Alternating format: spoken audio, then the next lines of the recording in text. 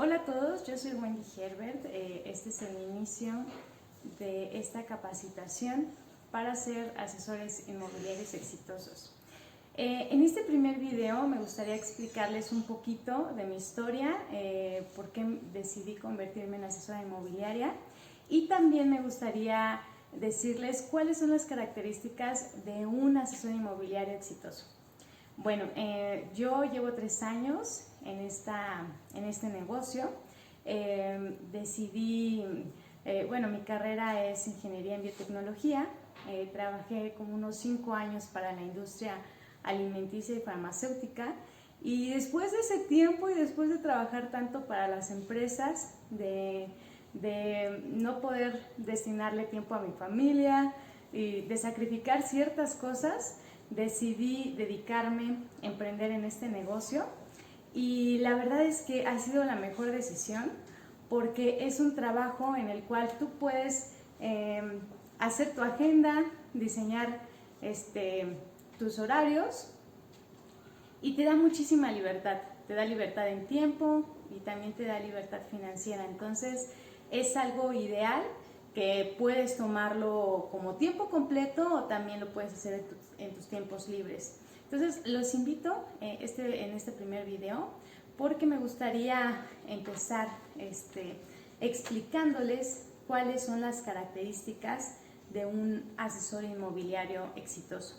Y pues bueno, a mí me encanta una frase de John Maxwell que dice: mientras más en serio tomes tu crecimiento, más en serio te tomará la gente. Y hay muchísimos asesores inmobiliarios allá afuera, pero yo creo que lo importante para ser exitoso en esta carrera es que se capaciten y que tomen muy en serio como parte de su profesionalización en esta carrera. Yo he invertido, no sé, como cerca de 250,000 pesos en cursos, en capacitaciones,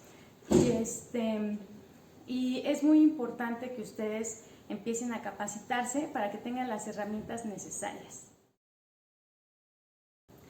Allá afuera, la verdad es que hay muchísima gente, muchísimos asesores inmobiliarios, pero la verdad es que hay muy pocos que se han profesionalizado, y ese es parte del éxito que pueden tener. Entonces, yo les quiero decir cuáles son las características de un asesor inmobiliario exitoso. Para empezar, es una persona que es tenaz, que nunca deja de aprender, que se desafía a sí mismo, que trata a cada cliente como si fuera oro, que se renueva constantemente en su motivación, que construye una red de clientes y de prospectos, y que está comprometido con su crecimiento profesional y personal. Es muy importante que el asesor inmobiliario tenga metas, tenga objetivos, porque de ello va a depender qué tan tenaz sea para construir su negocio, ¿no? Hay muchísimos asesores inmobiliarios que pertenecen a inmobiliarias y hay otros que son independientes. Y la verdad que la única diferencia que hay, pues, es para quién trabajas. Si quieres trabajar para ti o si quieres trabajar en equipo con alguna inmobiliaria. Sin embargo, las características que ustedes deben de tener deben de ser las mismas. Y deben de actuar también con mucha ética y mucho amor por el servicio, porque este es un negocio que va más allá de ladrillos o de tierras. Este es un negocio que se trata de sueños y de metas. Hay muchas familias que han ahorrado toda su vida para comprar el patrimonio de sus sueños, la casa de sus familias, y es muy importante que nosotros estemos muy conscientes de ello, ¿no? Hay personas que son inversionistas, que están muy acostumbradas a comprar inmuebles, así que también es importante que nosotros sepamos para poder aconsejarlos y para poder ayudarles a hacer las mejores inversiones.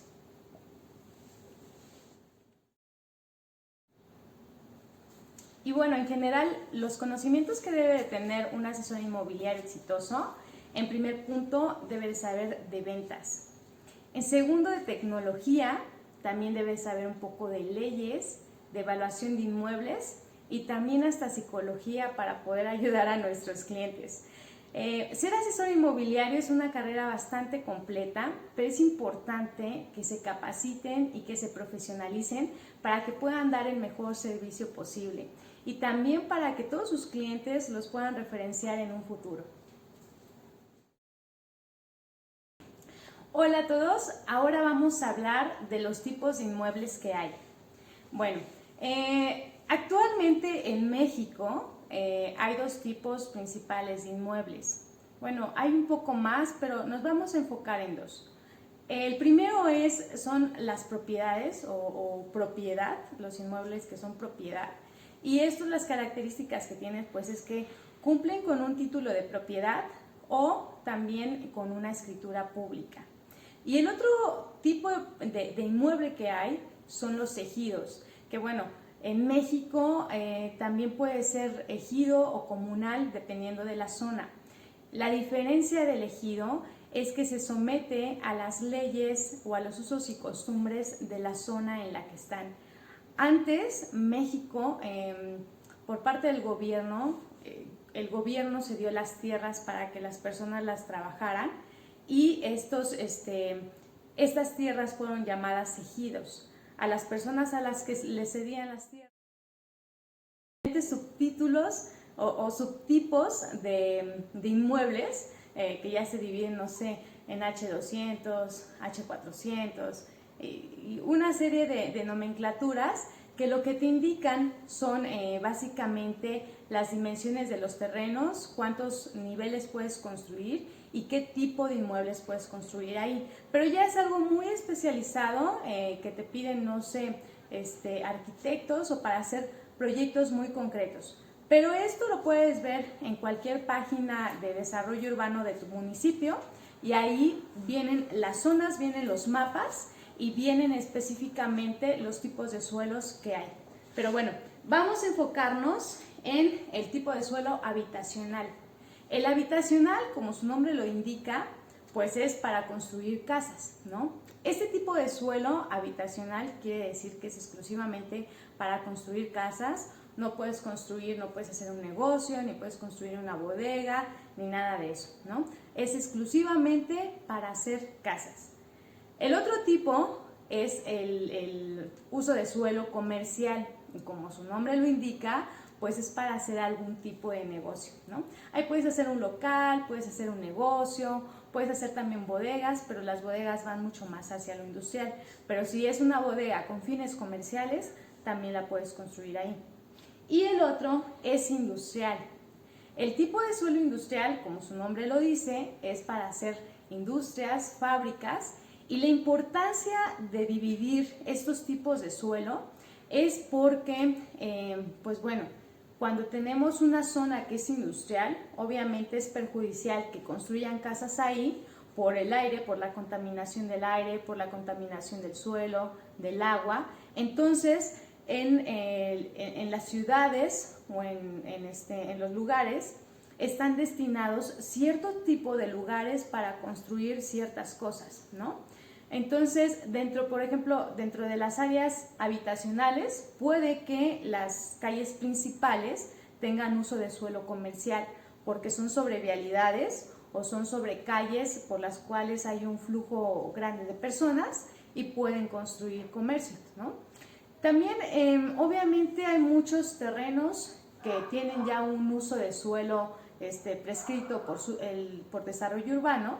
Sin embargo, también se puede hacer el cambio de tipo de suelo. Se presenta un proyecto a desarrollo urbano, pero obviamente es algo más específico. Pero bueno, obviamente también cada tipo de suelo se somete a una ley diferente y también a tipos de ventas, ¿no?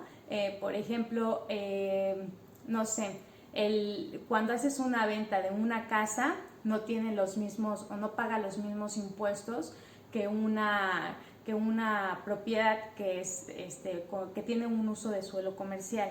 Pero bueno, esto también son cosas muy específicas que vamos a ir aclarando después. Lo importante es que tengan en cuenta esos tipos de suelos principales, estos tipos de propiedades de inmuebles y que si tienen alguna duda, pues lo veamos